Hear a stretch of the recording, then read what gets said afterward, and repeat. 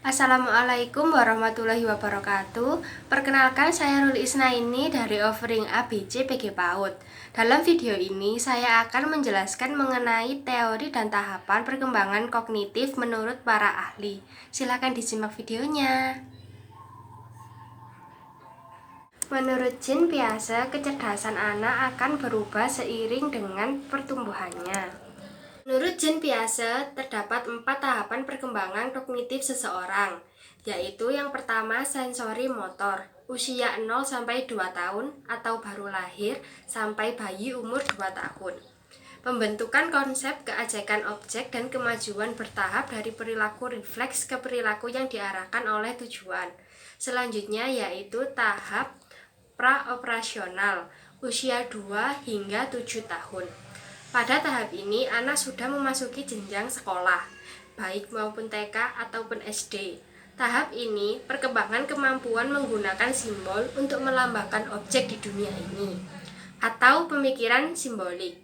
Pemikiran masih terus bersifat egosentris dan terpusat pada dirinya sendiri. Lanjut ke tahap ketiga, yaitu tahap operasional konkret. Usia 7 tahun hingga 11 tahun, anak sudah pasti lulus TK dan memasuki jenjang SD. Pada tahap ini, perbaikan kemampuan berpikir logis. Kemampuan baru meliputi penggunaan pengoperasional yang dapat dibalik, pemikiran tidak terpusat, maksudnya yaitu pemecahan masalah kurang dibatasi oleh egosentris. Kemudian pemikiran abstrak mungkin terjadi. Lanjut ke operasional formal, usia 11 tahun hingga dewasa. Karena sudah dewasa, maka pemikiran abstrak dan semata-mata simbolik dimungkinkan. Masalah dapat dipecahkan melalui penggunaan eksperimentasi sistemik, maksudnya melalui berbagai pengalaman yang telah kita alami.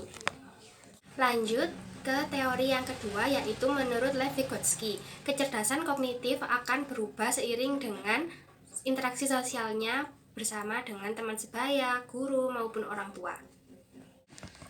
Terdapat 4 periode atau tahap menurut Lev Vygotsky, yaitu yang pertama pre-intellectual speech. Karakteristiknya, proses dasar secara biologis, anak menangis, mengoceh, atau mendengkur, yang secara perlahan berkembang ke dalam bentuk bahasa dan perilaku. Periode kedua yaitu naive speech. Karakteristiknya, yang pertama, anak mengeksplor objek konkret dalam dunia mereka dan mulai memberi label terhadap benda. Yang kedua yaitu mulai mengembangkan kata. Periode ketiga yaitu egocentric speech.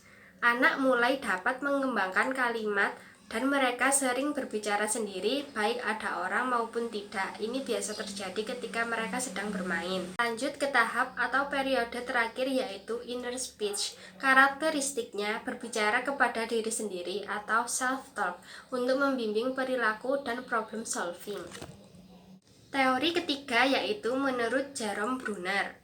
Menurut Bruner, pengetahuan diperoleh anak dari suatu teori, aturan, atau pemahaman melalui contoh real atau kehidupan sehari-hari. Terdapat 3 tahapan menurut Jerome Bruner. Yang pertama yaitu peringkat inaktif, umurnya 0-2 tahun. Ciri-cirinya belajar melalui tindakan manipulatif. Lanjut ke tahap ikonik, yaitu usia 2-4 tahun. Ciri-cirinya, anak mengetahui atau memulai membayangkan suatu imajinasi, mengingatnya, kemudian dapat memberikan feedback kepada tanggapan tersebut. Lanjut ke tahap simbolik, usia 5-7 tahun. Memindahkan pengalaman dalam bentuk bahasa, dapat berpikir secara abstrak dan menyelesaikan masalahnya. Keempat yaitu teori menurut David Ausubel. Menurut Ausubel, pembelajaran bermakna atau meaningful learning merupakan suatu proses yang mengaitkan informasi baru pada konsep yang ada pada struktur kognitif seseorang. Nah, terdapat 3 tahapan menurut Ausubel. Yang pertama, memperhatikan stimulus yang diberikan. Guru memberikan materi melalui metode dan model pembelajaran yang sangat banyak. Kemudian memahami makna stimulus atau materi tersebut. Yang terakhir yaitu menyimpan dan menggunakan stimulus yang telah diberikan. Anak harus terus belajar supaya stimulus tersebut tetap berfungsi. Teori kelima yaitu menurut Robert Mills-Gagné. Nah, menurutnya, belajar merupakan seperangkat proses internal individu. Internal individu berasal dari diri sendiri sebagai hasil transformasi rangsangan yang berasal dari peristiwa eksternal atau lingkungan. Terdapat 9 tahap, yaitu pertama menarik perhatian oleh guru, dilakukan oleh guru, kemudian menyampaikan tujuan pembelajaran supaya anak tertarik dan mengetahui mengapa ia harus belajar mengenai materi tersebut, kemudian mengingat kembali atau recalling, lanjut ke menyampaikan materi, memberi panduan apabila siswa kesulitan, kemudian memberi penguatan, atau apabila siswa sedang bingung boleh diskusi satu kelas. Lanjut ke memberikan feedback kepada anak. Yang terakhir dari belakang yaitu assessment. Assessment dapat dilakukan guru setelah pembelajaran selesai, dan yang terakhir memperkuat pengetahuan dengan membahas kembali pelajaran atau materi tersebut. Teori selanjutnya yaitu menurut Albert Bandura. Menurut Bandura, seseorang belajar melalui observasi atau mengamati. Menurut Albert Bandura terdapat 4 tahap, yaitu yang pertama proses atensional. Sebelum mempelajari sesuatu dari model, seseorang harus mengamati model tersebut terlebih dahulu. Ada 2 hal yang mempengaruhi pengamatan, yaitu kapasitas sensori seseorang dan karakteristik model tersebut atau ciri khasnya. Lanjut ke proses retensional. Siswa akan berusaha mengingat atau menyimpan memori yang telah didapat. Informasi disimpan secara simbolis melalui 2 cara, yaitu imajinasi dan verbal melalui kata-kata. Ketiga, yaitu proses pembentukan perilaku. Seseorang akan menerjemahkan informasi yang didapat ke dalam bentuk perilaku atau perkataan.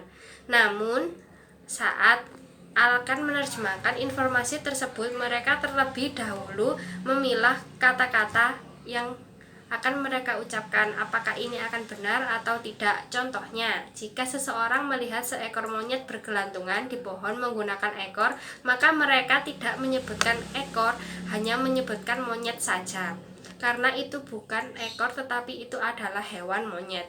Yang terakhir yaitu proses motivasi. Siswa harus dimotivasi mengapa ia harus mempelajari materi tersebut dan tetap menyimpan materi tersebut di dalam dirinya sendiri. Teori terakhir yaitu menurut Thurston. Ia berpendapat bahwa kognisi berasal dari 7 kemampuan primer yang dimiliki oleh individu. Yang pertama yaitu pemahaman verbal.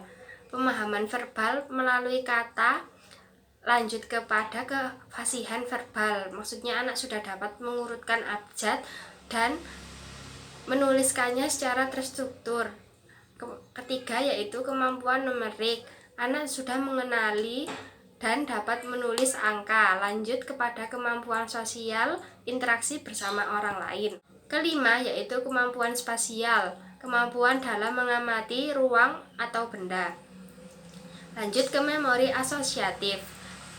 Lanjut yang terakhir yaitu kecepatan persepsi. Kecepatan persepsi ini terlihat ketika anak disuruh menemukan perbedaan atau persamaan dalam suatu benda.